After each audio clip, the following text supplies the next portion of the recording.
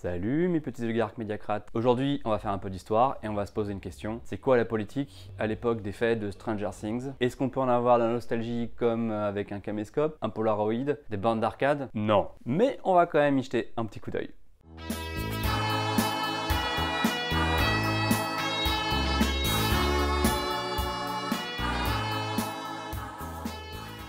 La saison 2 se déroule en octobre 1984, soit à la fin de la campagne électorale de la présidentielle américaine. C'est rappelé par des petits panneaux qu'on aperçoit dans les jardins à Hawkins, panneaux Reagan-Bush. Par exemple, les Wheelers votent Reagan. Bon, en fait, cette année-là, tout le monde a voté Reagan, même certains démocrates. Reagan était le président sortant et il a remporté 48 des 50 États américains, avec 60% des voix, soit 17 millions de voix d'avance sur le pauvre candidat démocrate qui s'appelait Walter Mondale.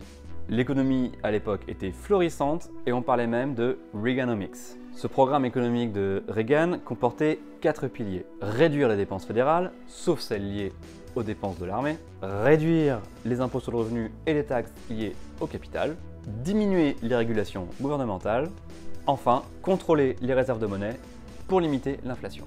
Ça vous dit quelque chose ? C'est normal. Les choix politiques et économiques de Ronald Reagan marquent le début, avec Margaret Thatcher au Royaume-Uni, de ce qu'on appelle les politiques libérales et du moins d'État, ouvrant la voie à la financiarisation de l'économie dans les années 80 et 90 jusqu'à aujourd'hui. En France, en 1984, le meilleur représentant de cette tendance, c'est Raymond Barre. Il a même tenté sa chance à l'élection présidentielle de 1988, mais il a dû se contenter d'une 3e place et d'un, ma foi, très honnête 16%. Cela dit, c'est toujours mieux qu'Alain Madelin et ses 3,9% en 2002. Est-ce que la politique de Reagan a marché?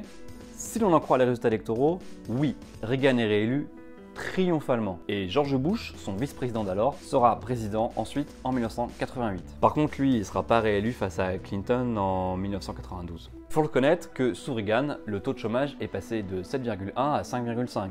Par contre, le taux de pauvreté, lui, a augmenté. Autre mauvais résultat, la dette américaine a triplé. Mais who cares? La croissance économique en 1983 était de plus de 4% et en 1984, elle va dépasser les 7%. Cette réussite économique, dont bien sûr tout le monde ne profite pas, explique pourquoi Reagan est encore aujourd'hui une icône intouchable de la politique américaine. Et en France, alors c'est quoi la politique en 1984? En 1984, Emmanuel Macron a 7 ans, Jacques Chirac est maire de Paris et il attend de devenir Premier ministre, ce qu'il sera en 1986. Nicolas Sarkozy n'a que 29 ans, mais il est déjà maire de Neuilly-sur-Seine après avoir trahi Charles Pasqua. Gérard Collomb est déjà député. Le président de la République d'alors, c'est François Mitterrand, le premier président de gauche de la 5e République. Il est déjà malade d'un cancer de la prostate, mais c'est un secret.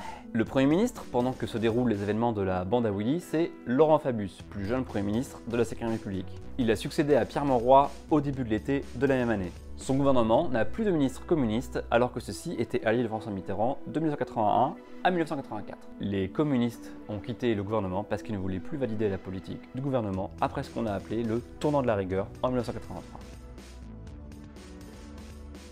En 1984, taux de femmes à l'Assemblée nationale, 5%, 39% aujourd'hui. Au Sénat, 3,8%, 29% aujourd'hui. Au gouvernement, sous Laurent Fabius, 3 ministres, soit 17%.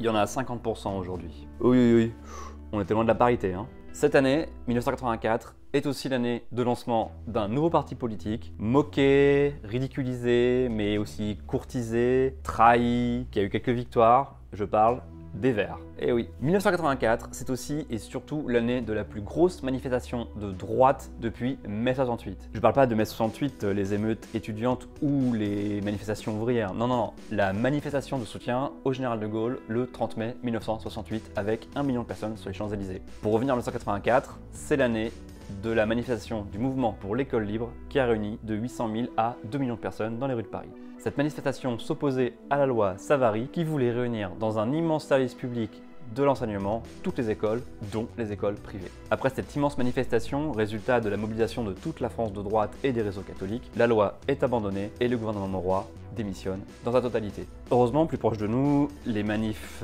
pour tous n'ont pas provoqué ce genre de réaction. Autre grosse manifestation marquante, même si c'était un an avant, en 1983, la marche pour l'égalité qu'on a surnommée ensuite la marche des beurs. Une marche antiraciste partie du quartier des Minguettes à Vénissieux, près de Lyon. elle a réuni plus de 100 000 personnes à son arrivée à Paris. Le racisme, les violences policières, les discriminations deviennent enfin des sujets politiques. En parallèle de la montée du Front National, à savoir que Jean-Marie Le Pen fera 14,4% à l'élection présidentielle de 1988.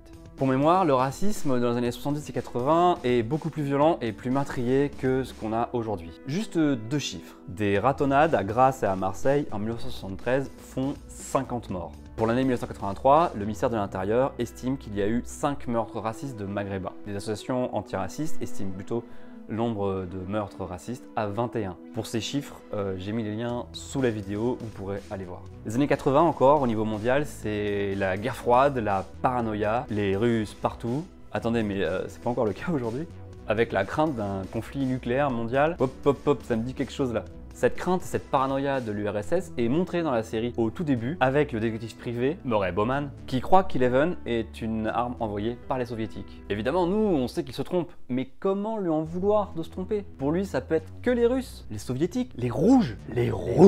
Bon, on l'a aussi un peu oublié, mais la peur d'une guerre nucléaire était bien réelle. Prenez le film War Games par exemple, sorti en 1983. Il imagine un ordinateur qui simule une guerre nucléaire en croyant qu'il s'agit d'un jeu. Par contre, le problème, c'est qu'il arme les missiles américains pour de vrai. Spoiler, ça se finit bien, l'ordinateur finit par comprendre que, en cas de conflit nucléaire, le match nul, c'est-à-dire la destruction mutuelle, est obligatoire et finalement, tout s'arrête. Une belle leçon de vie à méditer. D'ailleurs, je suis assez étonné qu'il n'y ait pas de référence à ce film dans Stranger Things parce que nos amis geeks là, c'est obligé qu'ils l'aient vu. Ou au moins le professeur Clark. Ça parle d'ordinateur, il y a un jeune mec, il fait du vélo, mais peut-être que c'était moins parlant que la référence à Ghostbusters.